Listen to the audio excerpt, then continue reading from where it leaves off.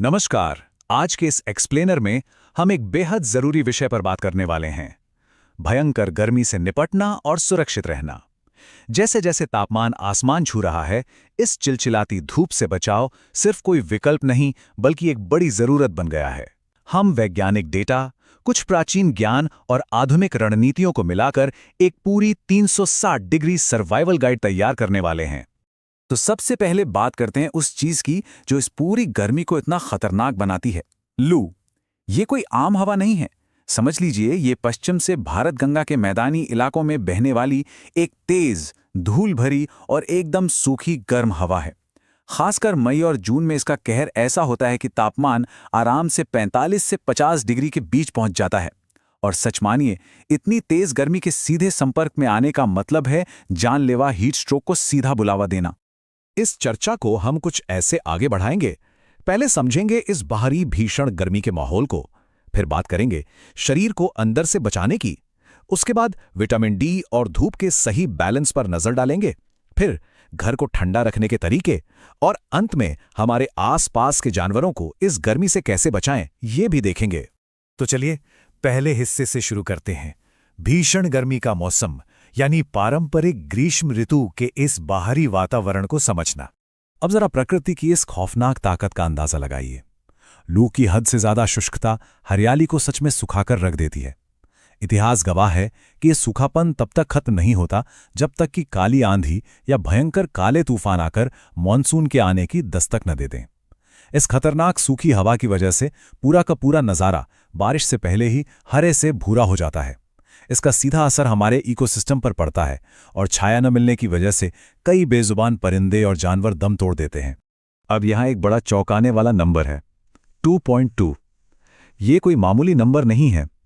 2027 तक भारत में cooling energy यानी घर ठंडा करने वाली बिजली की खपत इतने ही गुना बढ़ने की उम्मीद है। मतलब गर्मी से बचने के लिए एयर कंडीशनिंग का बेतहाशा इस्तेमाल होने वाला है। ये आंकड़ा साफ बताता है कि हमारा माहौल कितनी तेजी से गर्म हो रहा है और तापमान को नियंत्रित रखने के लिए मशीनों पर निर्भरता किस कदर बढ़ती जा रही है। अब आते हैं दूसरे हिस्से पर। बाहरी माहौल तो हमने समझ लिया, पर सबसे पहले अपनी सेहत यानी मानव शरीर को अंदर से कैसे बचाना है, ये जानना बहुत जरूरी है। देखिए, यहाँ एक बहुत ही बारीक लेकिन जानलेवा फर्क समझना जरूरी है। एक होता है हीट एग्जॉशन यानी गर्मी से होने वाली थकावट, और दूसरा है हीट स्ट्रोक यानी लू लगना। जब हीट एग्जॉशन होता है तो शरीर से बहुत पसीना आता है, कमजोरी लगती है, स्किन एकदम पीली और चिपचिपी हो जाती है और उल्टी जैसा महसूस होता है। लेकिन हीट स्ट्रोक वो एक सीरियस मेडिकल इमरजेंसी है। इसमें शरीर पसीना छोड़ना ही बंद कर देता है। तापमान 104 डिग्री फ़ारेनहाइट यानी 40 डिग्री सेल्सियस के पार चला जाता है। धड़कनें बहुत तेज हो जाती हैं और इंसान बेहोश भी हो सकता है। ये फर्क पहचानना सच में किसी की जान बचा सकता है। अब सवाल है कि इन खतरों से बचे कैसे। कुछ बहुत ही बेसिक लेकिन असरदार तरीके हैं। सबसे पहला और ज़रूरी काम, हाइड्रेशन। चेक करते रहना। अगर यूरिन का रंग हल्का पीला है तो मतलब सब ठीक है।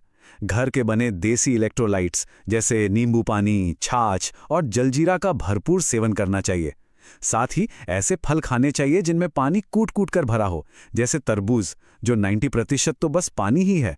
और हाँ, गर्मियों में हमेशा कॉटन और लिनन के हल्के रंग वाले और ढीले ढाले कपड़े ही पहने चाहिए ताकि शरीर आसानी से सांस ले सके। चलिए अब तीसरे हिस्से की तरफ बढ़ते हैं। यहाँ एक बड़ा दिलचस्प सा उलझाव है, गर्मी से बचाव और धूप के सुरक्षित संपर्क के बीच का बैलेंस यानी सेफ विटामिन डी एक्सपोजर।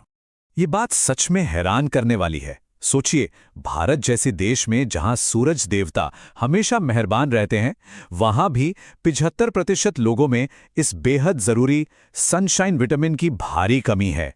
ये हड्डियों की मजबूती, इम्यूनिटी और हार्मोन्स के लिए सुपर इंपॉर्टेंट है। अब इसके पीछे कई वजहें हो सकती हैं, जैसे दिन भर घर या ऑफिस के अंदर बैठे रहना, या फिर धूप के डर से शरीर को पूरी तरह ढककर रखना। अगर इस डेटा पर नजर डालें तो एक बहुत ही काम की बात पता चलती है।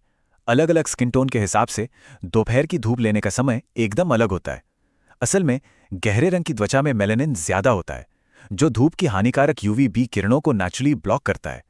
इसलिए अगर स्किन टोन साफ या हल्का है तो धूप में बस 10 से 12 मिनट बिताना ही काफी है। लेकिन डार्क या गहरे भूरे स्किन टोन होने पर उतना ही विटामिन डी बनाने के लिए करीब 30 से 45 मिनट तक धूप में रहना पड़ सकता है। और एक और जरूरी बात जो अक्सर मिस हो जाती है, सनस्क्रीन लगाना बहुत अच्छा है क्योंकि यह 80 से 95% हानिकारक किरणों को रोक देता है, लेकिन इसके साथ ही ये विटामिन डी के बनने को भी तो रोक देता है। इसीलिए एक छोटा सा उपाय यह है कि सनस्क्रीन लगाने से पहले हाथ और पैरों को बिना किसी क्रीम के कम से कम 10 से 20 मिनट तक धूप में खुला रखा जाए। इससे शरीर अपना जरूरी विटामिन डी बना लेगा और उसके बाद आराम से सनस्क्रीन का इस्तेमाल किया जा सकता है। आगे बढ़ते हैं चौथे सेक्शन की तरफ, घर के वातावरण को ठंडा रखना और बाहरी दीवारों का बचाव। घर को नेचुरली ठंडा रखने का सबसे बढ़िया तरीका है एक रूटीन सेट कर लेना। सुबह 5 से 8 बजे तक और रात में 8 से 10 के बीच जब बाहर की हवा ठंडी होती है तो घर की खिड़कियां खोल देनी चाहिए ताकि क्रॉस वेंटिलेशन हो सके। लेकिन दिन के सबसे गर्म घंटों में यानी सुबह 11 से शाम 4 बजे तक खिड़कियों के पर्दे बिल्कुल टाइट बंद रहने चाहिए ताकि चिलचिलाती धूप अंदर ना आ सके। और हाँ, जो टीवी या उपकरण इस्तेमाल नहीं हो रहे हैं उनका प्लग निकाल देना चाहिए क्योंकि ये भी बिना बात के काफ़ी गर्मी पैदा करते हैं।